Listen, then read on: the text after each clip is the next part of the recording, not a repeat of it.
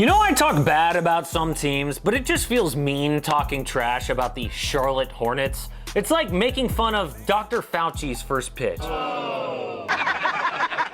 It's like, you know what, he's old, he tried, don't be a jerk. In this video, we are not gonna make fun of the poor Hornets. We're looking at what they need to do to turn things around this offseason. Bottom line, this is a team without a star, not a free agent destination, without a high draft pick. Things do not look good. But in this video, we're gonna lay out an exact plan to make the Hornets both interesting and competitive, because they deserve it. Even Fauci got his own baseball card. How? Hey guys, it's Casey. Welcome to AM Hoops and welcome to our last off-season Wednesday for a while. Actual games are starting with teams who are in the bubble and it's not their off-season. There's going to be a lot to focus on, but check out the playlist I have linked above because we've done a lot of these teams who have already been eliminated. Our last one is the Charlotte Hornets, as requested by Jackie Quang, who is a Patreon subscriber. If you want to request a video, get a shout out, or just chat, DM about the NBA, check out our Patreon link in the description. Off-season Wednesday starts with the basics. The Hornets' chance at the #1 draft pick is just 6%, but hey, that worked for the Pelicans last year. Most likely they'll pick at 8. Cap space, $28 million bucks, just about, depending on what happens with the cap after the pandemic. Needs everything, and we'll get into this later. Relevant free agents, Dwayne Bacon, Willy Hernangomez, and Bismack Biyombo. This offseason plan depends on one big move, with a few supporting moves after that. I'll reveal all those moves, but we have to look at their situation first. I can't believe I'm saying this, I actually like the Hornets. I predicted before the season they would be the worst team in the NBA because they have no legit talent, but they were better than 7 other teams. I also love their coaching. And Hornets fans, don't tell me this isn't an awful roster by NBA standards. Your best player was Terry Rozier. He is a backup guard on most good NBA teams. This roster has 0 elite talent, and that is key to my #1 way to improve this offseason.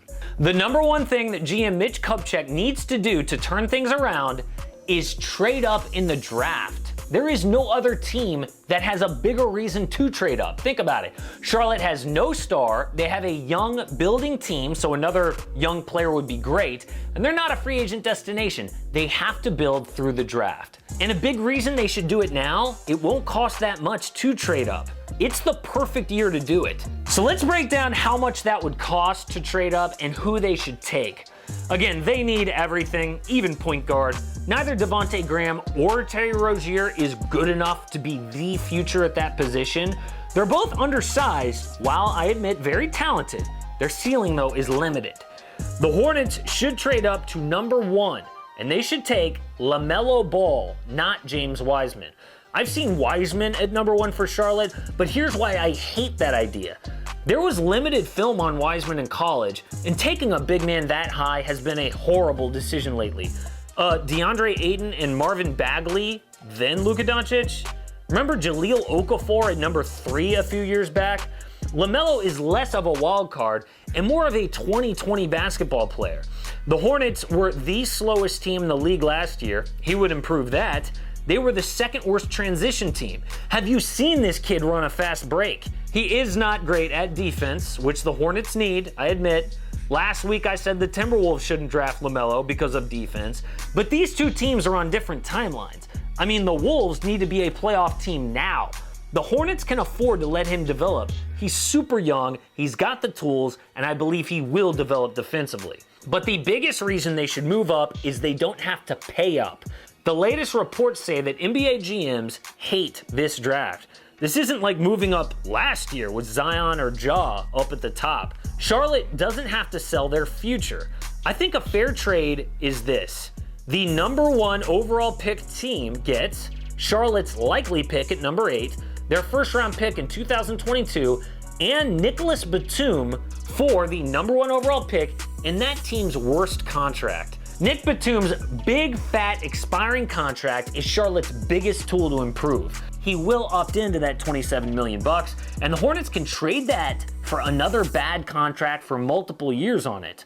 The team with the #1 pick gets out of a bad deal, and they get 2 first-round picks for number 1. So that is what I think the most important move they need to do to get interesting and competitive right away. Trade up and take LaMelo Ball. Look, they are not set at point guard. LaMelo actually is a great fit because of that. Both Terry Rozier and Devonte Graham are 6'1". They are undersized. LaMelo has elite size for a point guard at 6'7". So if they trade up in the draft, let's dig into what other moves they need to make to not waste LaMelo Ball's talent. We'll get to free agents and trades, but first, what do they do with Devonte Graham? Look, no one saw this kid coming, and he was one of my favorite stories all year. He went from a nobody to getting all-star looks this year. He slowed down near the end of the season, but for the whole season, he averaged about 18 points, 8 assists, and 4 threes per game. That is elite. They should want to keep him, but the most they can offer is 4 years, $54 million.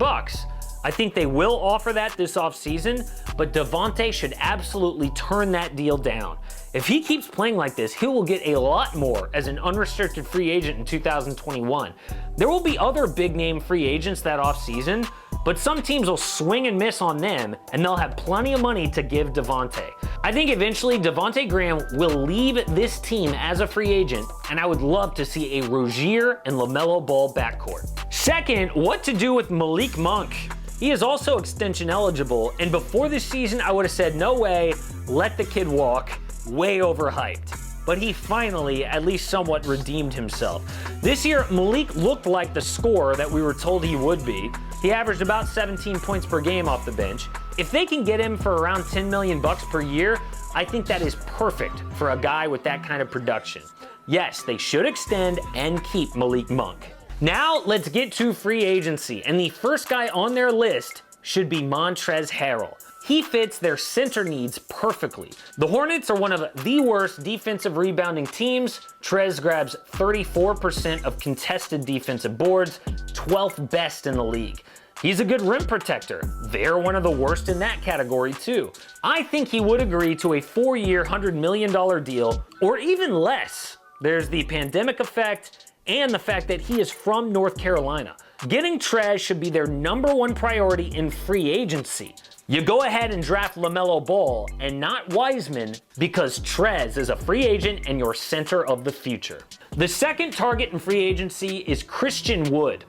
Wood would not be as valuable as Harrell defensively, but he brings a totally different skill set offensively. Wood is a big who can get out in transition. Again, they were the slowest team in the NBA, so that helps. He also shoots threes, and it's clear the Hornets want to shoot a ton of threes. I would absolutely prioritize Montrez in free agency, but I think Christian Wood would be a really fun option for Charlotte. One last thing about free agency, I did not mention Brandon Ingram. I know that he is a high in talent, and he's from the area, but two things. Number one, I think he would cost way too much, and also I don't think that the Pelicans are gonna let him go. All of these moves I'm describing for Charlotte in the offseason kind of build on top of each other. You trade up in the draft, take LaMelo Ball, get Montrezl Harrell in free agency, and now let's look at trades. There is a realistic option here and a dream option. The realistic option, the Hornets get Eric Gordon from the Rockets for Cody Zeller and a high second-round pick. The Rockets do this to get off of the final 2 guaranteed seasons of Gordon's deal. He's already 31 years old.